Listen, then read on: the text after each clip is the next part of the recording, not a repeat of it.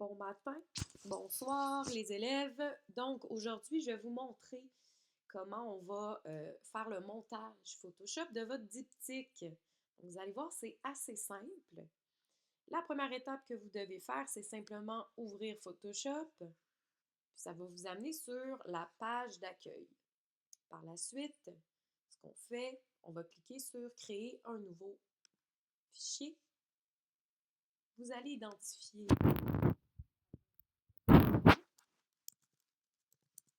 ainsi que votre nom de famille. Et c'est quoi le travail? C'est le diptyque, le projet final.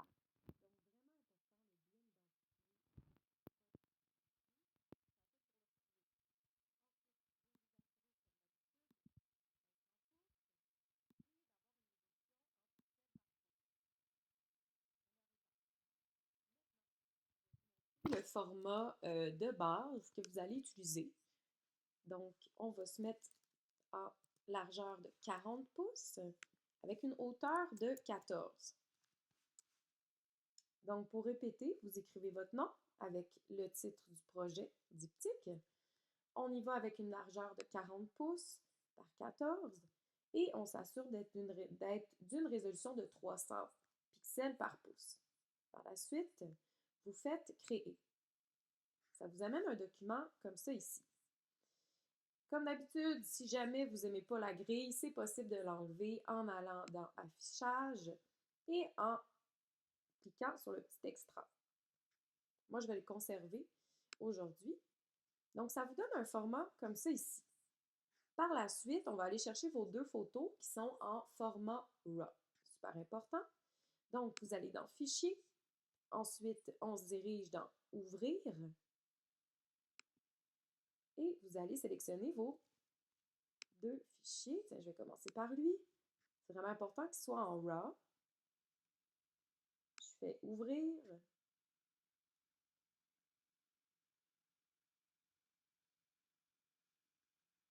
Par la suite, je répète la même étape pour mon deuxième fichier. Donc, Ouvrir. Je m'assure que ma photo est en RAW. Ensuite, vous avez toujours la boîte d'accueil de RAW qui ouvre. Vous faites Ouvrir et vous faites Oui, oui, oui, OK, OK. Avec votre merveilleux. Ça bug un petit peu. Ici, comme j'ai dit, vous faites OK. Parfait. Donc là, vous avez vos deux photographies que vous voulez assembler en diptyque sur un même document. D'accord? Première étape, on va changer le format de notre première photo avant de l'intégrer dans notre document. Alors, pour ce faire, vous allez dans Image, vous descendez taille de l'image, et moi, je m'assure, tiens, ici, je vais me mettre en 13 pouces. Ça m'amène en 13 par 19,5 parce que si tu vois ici la petite chaîne, ça va garder en fait l'échelle de ta photo. Je m'assure d'être en 300 pixels par pouce, hauteur de 13 pouces, ça me met à 19,5. Ça se peut que toi, ça varie, c'est correct. L'important, c'est que tu sois au moins à 13 pouces de hauteur.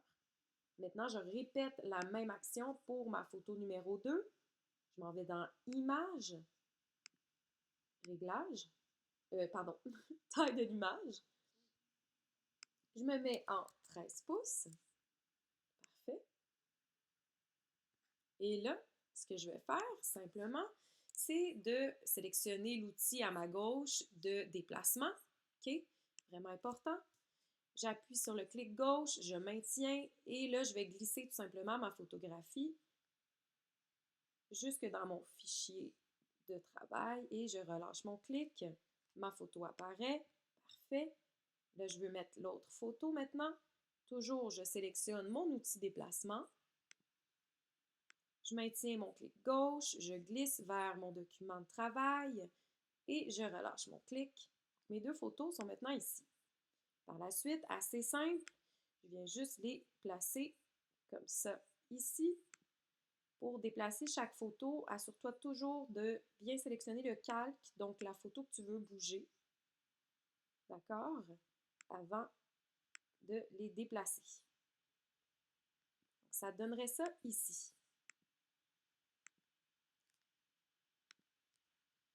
Maintenant, je vais juste te montrer qu'est-ce que ça donne sans les extras.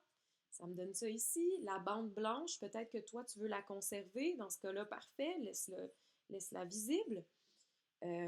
Si jamais tu veux l'enlever, il n'y a aucun problème non plus. Tu vas sélectionner l'outil qui s'appelle recadrage, qui est ici.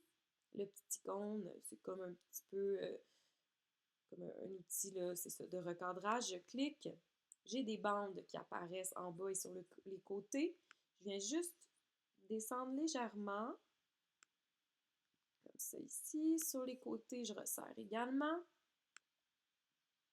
Quand j'ai terminé, j'appuie sur Enter sur mon clavier. Donc, à ce moment-là, tu n'auras plus les bandes blanches. Comme je te dis, ce n'est pas obligatoire de les enlever. Donc, si toi, tu préfères ça comme ça, tu peux le faire, sinon, aucun problème. Ensuite, je viens zoomer juste pour m'assurer qu'il n'y ait pas de petit d'espace. Ça me dérange, parfait.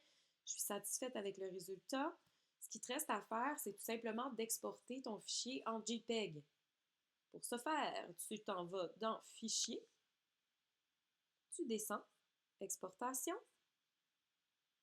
tu t'en vas sous Exporter sous, pardon.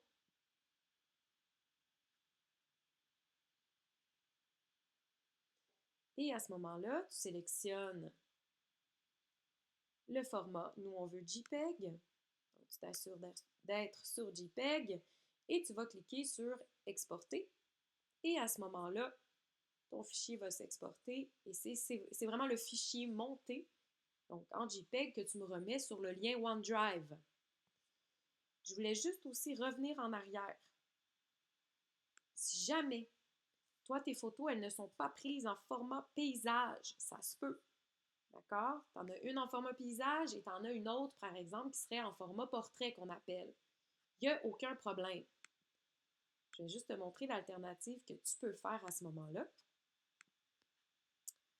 Je vais juste enlever une photo. Donc ici, j'aurais ma photo en format paysage et j'en aurais une autre en format portrait. OK, je vais juste aller en chercher une rapide.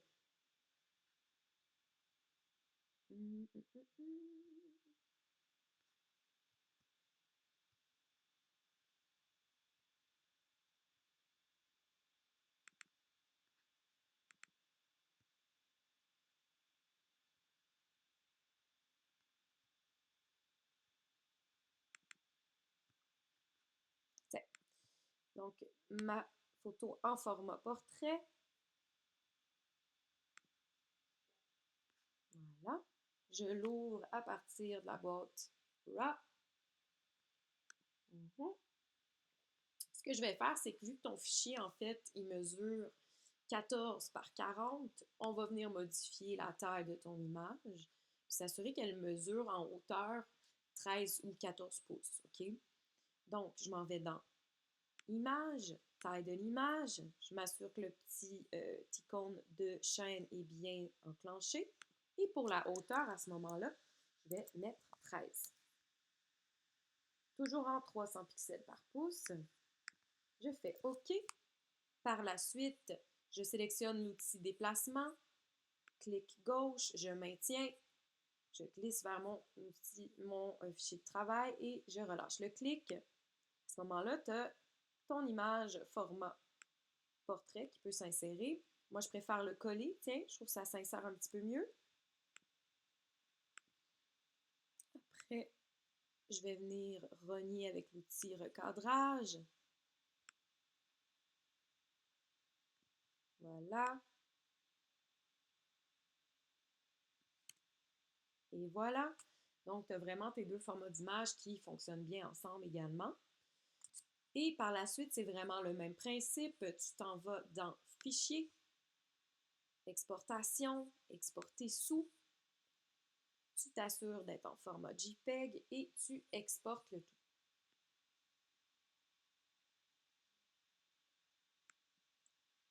Voilà. Je vais l'enregistrer sur mon bureau.